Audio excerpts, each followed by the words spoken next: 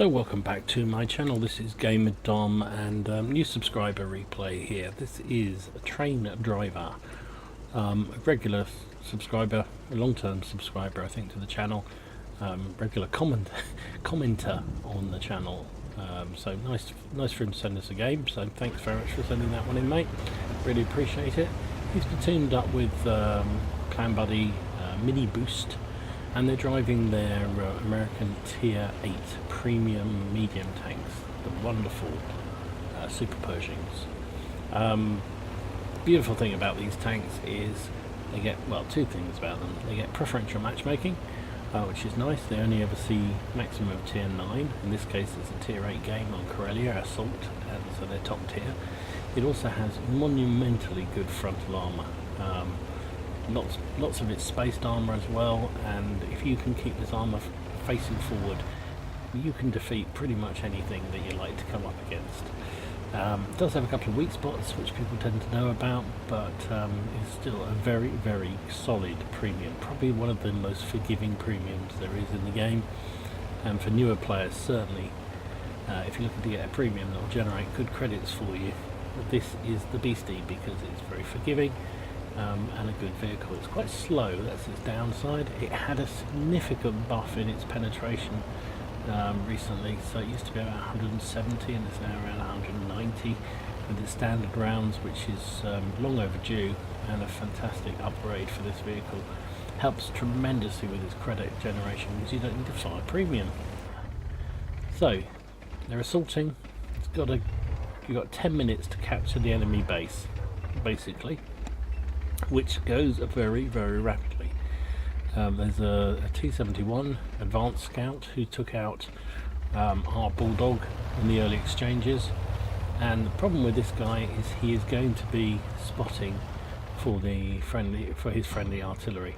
But there you go, there's the armour at work. T-71 has got very little chance of taking out SuperPershing frontally. A Tiger II, however, especially because I think that hit the side, will almost certainly do so. So you've got to get your armour facing forward. It's like there was a very Slip Phantom or whatever his name is did a very funny video about this tank, and the thing he talked about was about calling it the riot shield. You know, and that's how you've got to think of the SuperPershing, that you've got a massive riot shield in front of you. And you keep pushing it forward into the enemy. Don't worry about angling, because if you're angling you show your side, and your side is not great on a SuperPershing. So you keep your front forward, you keep pushing towards the enemy. It's really hard for them to pen you. So here we go, he's working over that T29. T29 obviously can't even see him. His platoon buddy unfortunately has died, so he's all alone now. He's laying down some, he's taking some hits. Oh no, there's some shells coming in. I don't know whether they can see him or not. Ooh, yes they can. Now that's the other lesson you learn with the SuperPershing, is keep moving. Just even if you're going backwards and forwards slightly, because the weak spots are the sort of binocular type things that are actually vision ports on the top. And also there is a machine gun post. Ooh, again he's over angling. And he's taking hits. That's an HE hit from a jumbo out there. Bounce that shell. Yeah, now he's putting it straight on. That's what you need to do. Straight on. T29's down, so that's good. There is a Scorpion G just below, which is not so good. But he's pretty much dead. There's the super. So he's taking shots from the jumbo, who's reverted back to firing HE, but bounced that shell. There's a Cromwell now shooting at him, firing HE. They're all firing HE because it's the only way they think they can pen him or do any damage to him. His team aren't really able to push very hard. They're being held up by the Scorpion and the Tiger and the jumbo that's out there somewhere. So he's looking for an alternative. So while he's doing this, you can see on the front of this tank those sort of tubes. That's the weak spot on the front, as is the machine gun hatch in the front there. Those are your weak spots, and you've got to try and keep moving so that the enemy can't hit them, particularly at range like they're firing at him. There's the Tiger II, can get a bit of revenge on him. Nice shooting. He's hitting him on the front drive wheel, which means he's also immobilizing him there. Is he still there? Yes, he is. Only 400 health. He's a bounced one. That's a shame. Come on, get the kill. Finish this tiger off. Tiger's almost given up, you can see. Poor guy. So what can I do? The Cromwell coming down the middle. This often happens in assault games. The enemy team were doing pretty well. Now they've got a bit cocky and they're pushing out because they're suddenly realizing the game's coming to an end. I haven't got much damage. I need to get more damage because that's how I get credits and experience. And the trouble is, you've got to win the game first. Before you've got to earn that right to push out. And unfortunately, this game is still very, very close. Even though they won, looks like the 890 line is safe. Cromwell's come all the way down the base here, trying to spot those TDs that are up above him. But train driver's having a shot. The accuracy of this gun is not great at range, but he's fine blind there at the beyond his render range. Okay, so the jumbo's gone down and they're going to keep pushing because at the end of the day they've got to get to the cap. That's what they've got. They've got 3.5 minutes left and they've got to get to the cap. Looks like everything's been defeated out on this flank.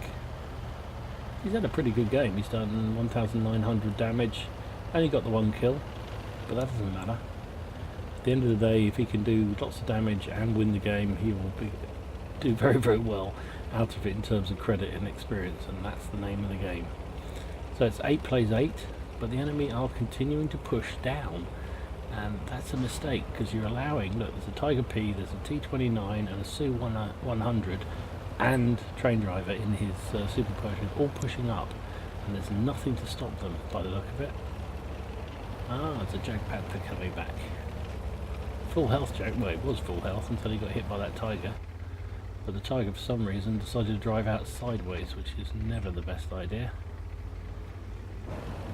So, ooh, now they have, some of them have at least appeared to come back. So there's a 112, which is a very tricky Chinese premium tank, has superb frontal armor now. It's had serious buffing.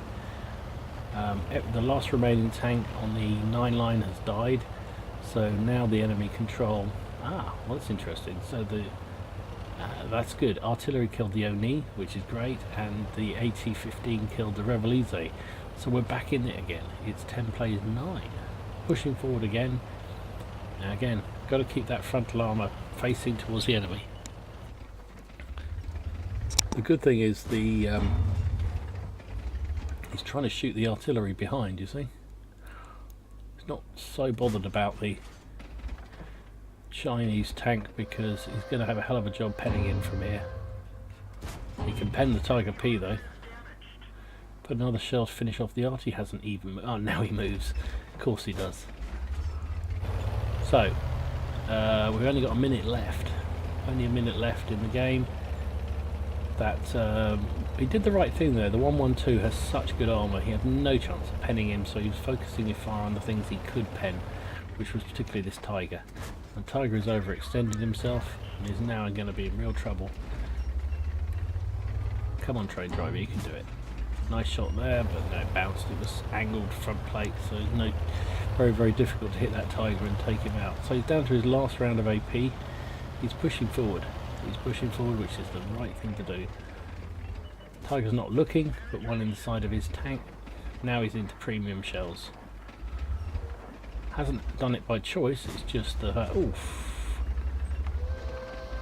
Only less than a minute left. Luckily the Churchill who'd gone for our artillery has been killed, didn't notice by who. So if they can kill these last 3 remaining tanks, they win. Because they haven't got time to cap it out. And really the enemy are making a mistake here. They should, one of them should be running for the corner, try and get away, because you can only win by killing everything left now. So he's taken down the tiger under the lower plate of the of the 112. Come on, you can do this. You can do this. Nice shot again.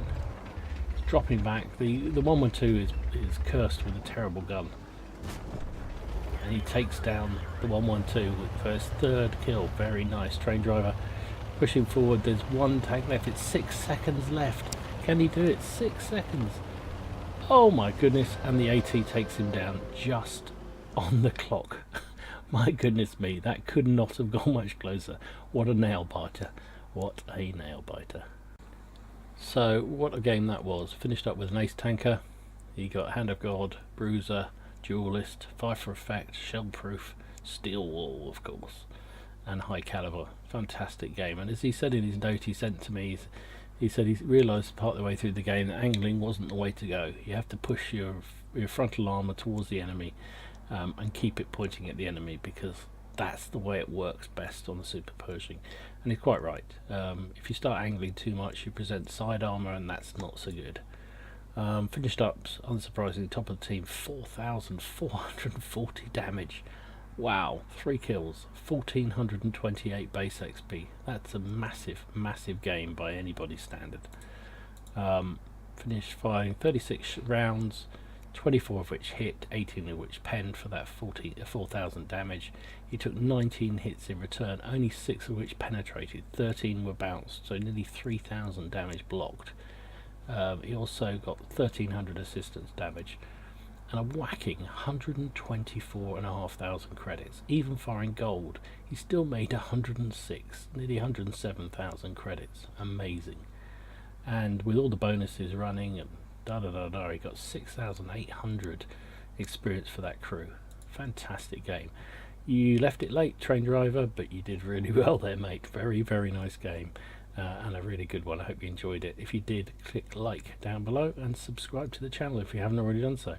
If you've got a replay like this, just upload it to WoT Replays and send me the link to gamerdom13@gmail.com and I'll take a look, and if I think it's going to be fun and interesting like this one, I'll happily record it and stick it up on the channel. In the meantime, enjoy your games, have fun. Remember, it's just a damn game. And try not to take it too seriously. See you again soon. Gamerdom out.